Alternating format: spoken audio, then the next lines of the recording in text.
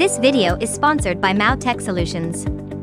If you have lag problems with your computer shop and Wi-Fi Vendo machine, try our Macrotic with lag reduction configuration. Proven and tested by our customers. We also offer Wi-Fi hotspot so you can start your Wi-Fi business by just selling vouchers without having a machine. We also offer PPPoE if you want to supply internet to your neighbors. Visit our Shopee store and add to cart now. Good day mga Kamautek. So very quick tutorial lang tayo kung paano mag-create ng mga vouchers.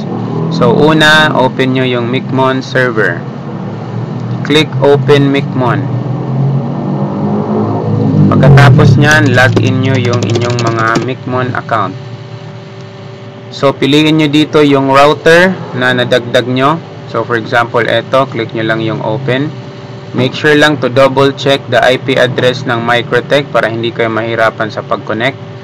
Tapos punta tayo dito sa vouchers. So for example, meron ng mga user profiles na na-create. So for example, we will create vouchers for 5 pesos 2 hours. So click nyo lang yung generate.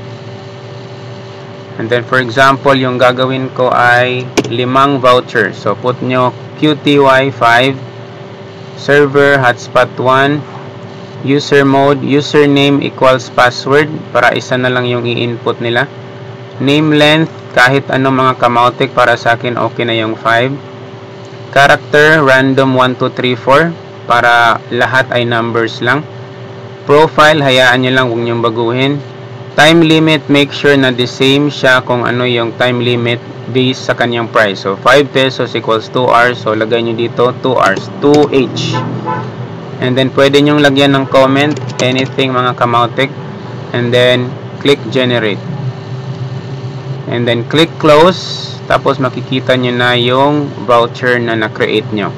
So may na-create na pala ako kanina. So may mga nadagdag siyang vouchers. So ganyan lang mga Kamautek. Maraming salamat.